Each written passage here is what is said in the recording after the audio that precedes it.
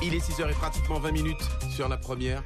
La grande interview, c'est maintenant Claude Danican reçoit Nadège Montout, porte-parole de la France Insoumise en Guadeloupe. Nadège Montout, bonjour. Bonjour.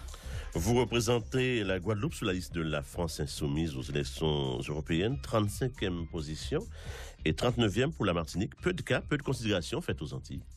Non, pas du tout. En fait, il convient de rappeler comment cette liste a été constituée, Monsieur Danican. Donc, l'établissement de la liste LFI aux élections européennes est le résultat d'un long processus entamé par le comité électoral composé de 37 personnes.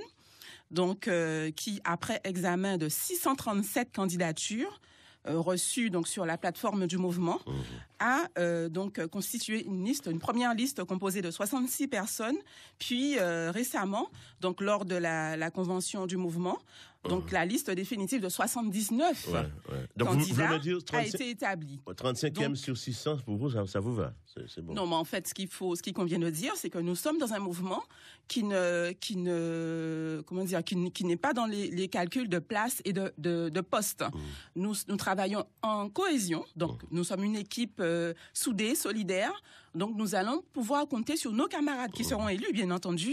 Donc nous avons notamment pour les Outre-mer un représentant qui est reconnu, donc Monsieur Younous Omarji, qui est l'actuel député européen, ce serait la moindre et des qui choses, va quand même. pouvoir justement travailler en collaboration avec les autres candidates des Outre-mer, donc moi et la candidate de la Martinique.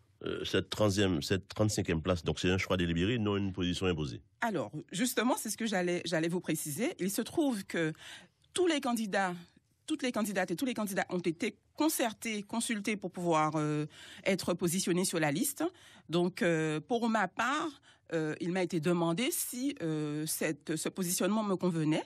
Donc, j'ai répondu que j'y étais favorable. Et du coup, la liste a été validée avec mon aval. Ce n'est pas un manque d'ambition et on entend ainsi aucune chance d'être élu. On sent que Guilhem Salten n'est plus aux manettes. Ne dites pas aucune chance d'être élu, puisque nous sommes dans un contexte de révolution citoyenne, Monsieur Danican, il ne faut pas l'oublier. Donc tout peut arriver. Il faut pas croire que parce que une personne est située je suis en milieu de liste. Il y a 79 noms. On en est à la politique fiction, quoi. Oui, non, pas du tout, puisque aujourd'hui il y a une révolte, il y a un sentiment de révolte au niveau de la population. Donc il peut y avoir un vote massif pour notre liste, puisque nous représentons quand même le courant révolutionnaire entre guillemets en politique. Ouais. Et il est vrai que nous portons les valeurs, nous portons les revendications de la population.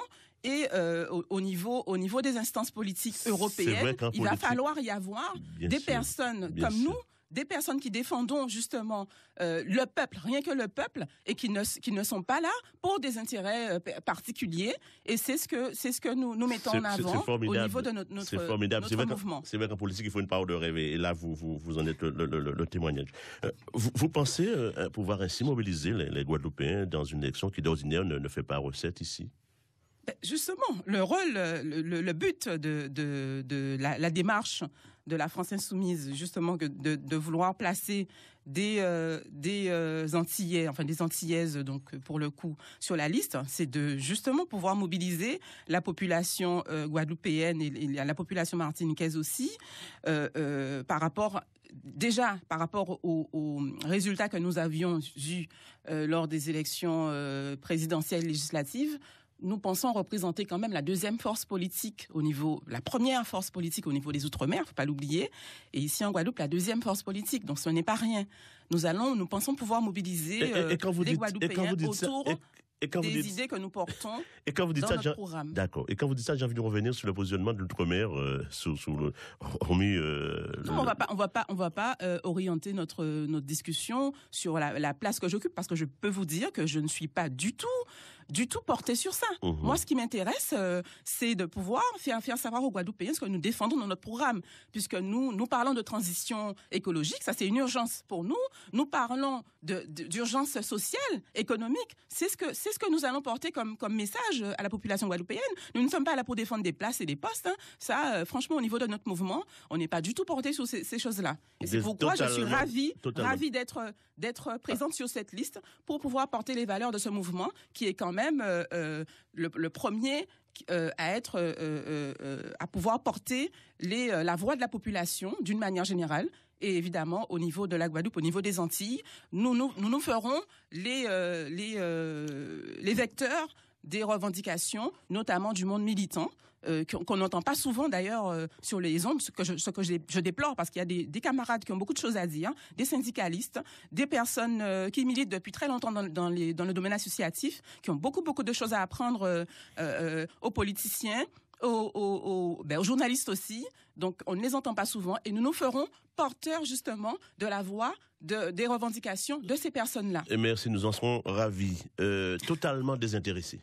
Totalement désintéressé. Et je l'ai toujours été d'ailleurs. Votre mouvement est très impliqué, vous l'avez dit, par les deux Révolutions en marche, très actif sur le terrain aux côtés des Gilets jaunes. Or ici, peu de place, peu de visibilité. Qu'est-ce qu'explique cette différenciation de l'action? Alors ici, il faut savoir que les militants sont en permanence mobilisés. Donc, il ne faut pas dire que nous ne sommes pas mobilisés. Peut-être qu'on n'a pas... Il y a des personnes qui portent des revendications des Gilets jaunes ici.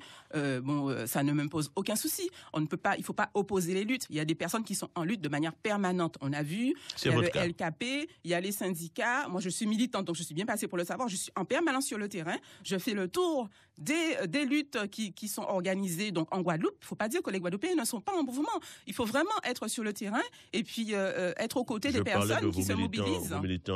Nous sommes mobilisés aussi, bien sûr. Bien sûr. Personnellement, on vous dira que quand moi je suis sollicitée pour pouvoir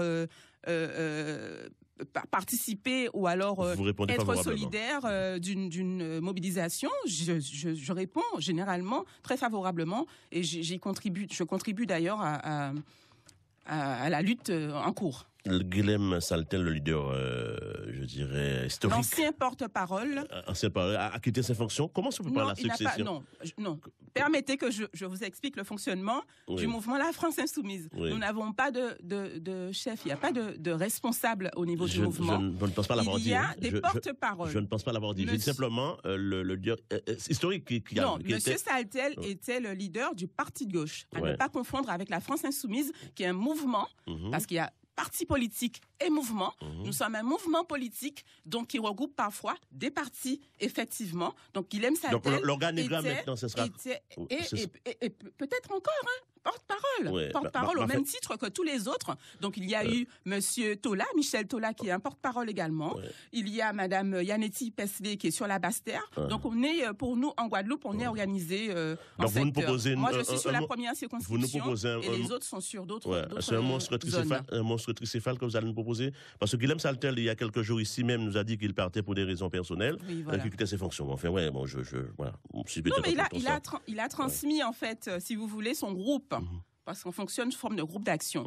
Donc, il a transmis son groupe d'action à un autre camarade, donc Monsieur Desmonio, et qui sera dans la continuité. Et sur la première circonscription, c'est vous la patronne. Sur la première circonscription, donc je suis la porte-parole du mouvement. Après, il y a d'autres porte-paroles. On vous a découvert lors de législative dans la première circonscription. Vous avez obtenu un peu plus de 600 voix. Cela vous donne 625. Des idées?